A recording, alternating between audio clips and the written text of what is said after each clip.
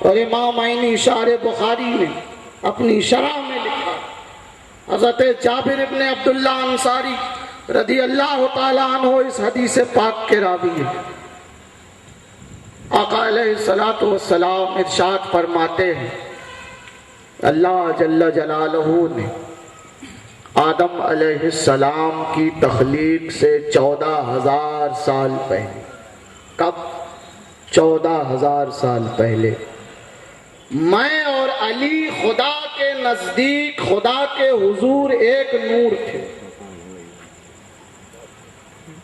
آدم ابھی پیدا نہ ہوئے، ابھی نظام عالم، کاروبار عالم شروع نہیں ہوا، لیکن تا صورت پیوند جہاں بود علی بود، ابھی آدم نہ تھے۔ صادق امین ارشاد فرماتے ہیں، میں اور علی خدا کے حضور ایک نور تھے، اور آدم کی پیدائش سے 14,000 سال قبل ہم اور علی، میرے اور علی کا نور اللہ جل جلالہ کی تسبیح ارشاد فرما، تسبیح عرض کرتا، اس کی ثنا و توصیف و تقدیس بیان کرتا، یہاں تک کہ میرے اور علی کے نور کے روبرو اللہ نے جناب آدم علیہ السلام کی تخلیق کی، اور پھر اس نور کو حضرت آدم علیہ السلام کی پیشانی میں ودیعت کیا، اور جب نور مصطفی اور نور علوی خاکدان آدم میں آیا، فرشتوں کو حکم ہوا اسجدوا لآدم، اب آدم کو سجدہ کرو۔ پھر فرماتے ہیں کہ یہ نور مقدس صلبوں اور پاکیزہ رحموں میں منتقل ہوتا رہا، یہاں تک کہ ہم حضرت نوح علیہ السلام کی پشت میں آئے، پھر وہاں سے مقدس صلبوں اور پاکیزہ رحموں میں یہ نور منتقل ہوتا رہا، ٹرانسفر ہوتا رہا، یہاں تک کہ حضرت ابراہیم علیہ السلام کی پشت میں آئے، پھر وہاں سے یہ نور چلا، حضرت اسماعیل علیہ السلام کی پشت میں آیا، نسلاً بعد نسلن پاکیزہ صلبوں اور مقدس رحموں میں یہ نور منتقل ہوتا رہا، یہاں تک کہ جناب عبد المطلب میں یہ نور آیا۔ اور پھر آقا علیہ السلام ارشاد فرماتے ہیں، اس جگہ اللہ نے اس نور کے 2 حصے کیے، اللہ نے اس نور کو تقسیم کیا، تو ایک حصے سے میں محمد ابن عبداللہ ہوں، اور ایک حصے سے یہ علی ابن ابی طالب ہے، یہ اسی نور کا حصہ ہے۔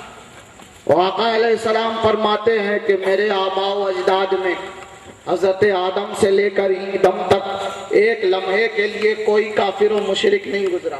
نعرہ تکبیر، نعرہ رسالت، نعرہ حیدری۔ یہ نور پاک رب نے 2 حصوں میں منقسم کیا، یہ نور ایک نور سے فرماتے ہیں، ایک نور کے حصے سے میں محمد ابن عبداللہ ہوں، اور ایک نور کا حصہ یہ علی ابن ابی طالب ہے۔ پھر فرمایا یہیں تک نہیں، پھر اللہ نے اس نور کو یکجا کر دیا فاطمہ زہرا میں، پھر یہ نور مل گیا، اور پھر جناب فاطمہ سے رب نے اس نور کے 2 حصے کیے، فرمایا رب کے نور کے 2 حصے، یہ حسن ہے، یہ حسین، یہ حسن ہے، یہ حسین ہے۔ تو یہ نور ہے، اور میری بات نہ مانو تو بریلی کے عاشق نے تڑپ کر کہا کہ تیری نسل پاک میں ہے بچہ بچہ نور کا، تو ہے عین نور، تیرا سب گھرانہ نور کا، تو ہے متعصب بتا کیا ابو طالب اس گھرانے سے باہر ہے؟ کیا ابو طالب کو اللہ نے اس گھرانے سے دور رکھا؟ اگر تو دور سمجھتا ہے تو سمجھ، لیکن تاریخ گواہ ہے کہ وہ سینہ کائنات میں ابو طالب کے علاوہ کسی اور کا نہ تھا، کہ جس سینے پر نبوت پلی ہے، جس سینے پر رسالت پلی ہے، وہ سینہ ابو ابو طالب کا سینہ، اس ابو طالب کا لال حیدر کرار خانہ کعبہ میں جلوگر ہوا حضرت فاطمہ بنت اسد رضی اللہ تعالی عنہا حاملہ۔ پیدائش سے قبل کے واقعات، دو واقعے میں عرض کر دوں۔ مطالب السوال میں اور بشائر المصطفیٰ میں حضرت جابر ابن عبداللہ انصاری رضی اللہ تعالیٰ عنہ سے روایت کہ آقا علیہ الصلوۃ والسلام جب حضور حضرت فاطمہ بنت اسد یعنی اپنی چچی کے پاس جاتے تو حضرت فاطمہ بنت اسد رضی اللہ عنہا کی نگاہ جب سرکار کے جمال پاک پہ پڑتی تو آپ سر و قد کھڑی ہو جاتی، آپ تعظیماً کھڑی ہو جایا کرتی۔ حضرت ابو طالب نے فرمایا، اے فاطمہ بنت اسد، محمد تمہارا بھتیجا ہے، بیٹے کے داخل ہے، کہیں چھوٹے کی اتنی تعظیم کی جاتی ہے؟ کہیں اپنے سے چھوٹے کی گود کے پالے کی کوئی ماں باپ یا کوئی بزرگ اتنی تعظیم کیا کرتا ہے؟